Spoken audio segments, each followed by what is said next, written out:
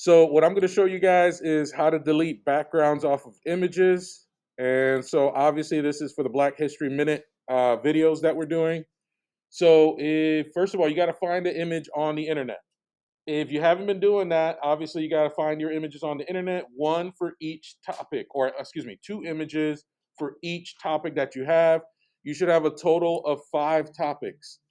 So if this is the image, what we're going to do is we're going to delete the background, and what that's going to do is when you animate it, you can make it larger, you can make it smaller, you can make it move, and the background will not exist. So first you got to do is you got to take out the tools, and if you don't have your tools, you go down to the bottom of your window, bottom of window, and then you see tools is not checked. That means the tools are not out. So there's my tools. I can minimize that.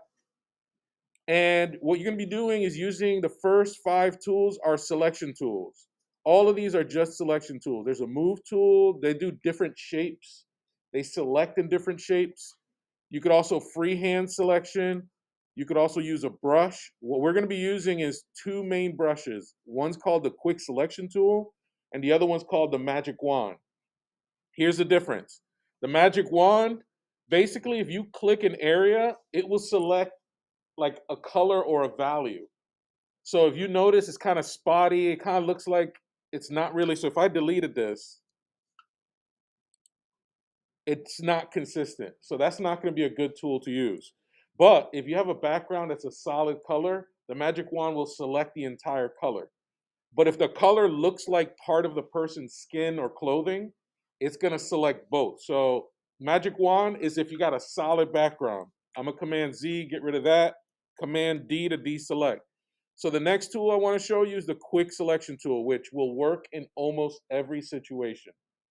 So the magic wand, the quick selection tool has 3 options. It has the normal, the add, and take away brush.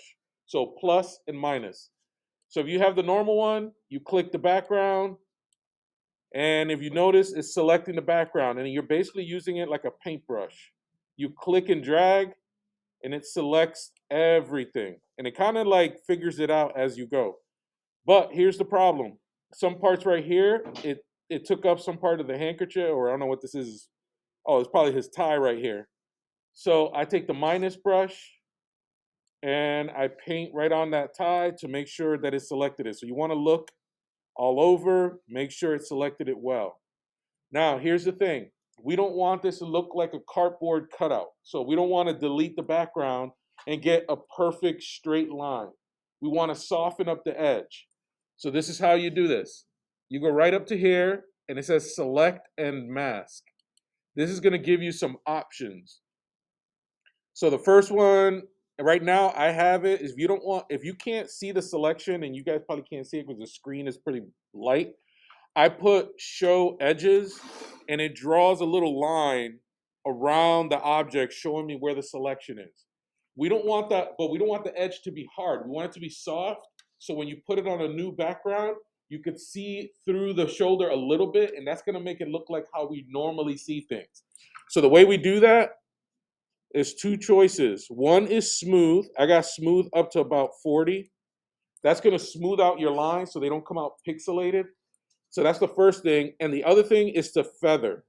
Feather just means to soften up the edge.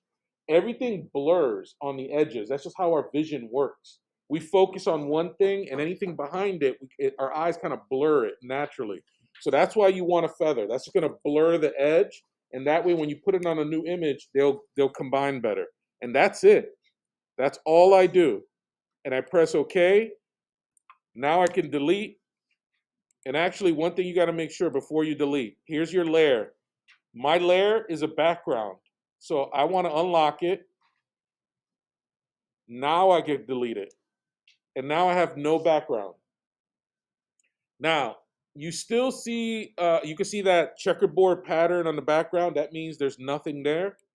The last thing you need to do is export it as a PNG. Export it as a PNG. So the way you export it as a PNG is that you go to File, and then here's the thing: do not use quick export as PNG. Every time I've used it, I've had issues with it. So export as, right here on format, That's where you pick PNG. Your other options are JPEG or a GIF. You want PNG, and right here, see it says transparency?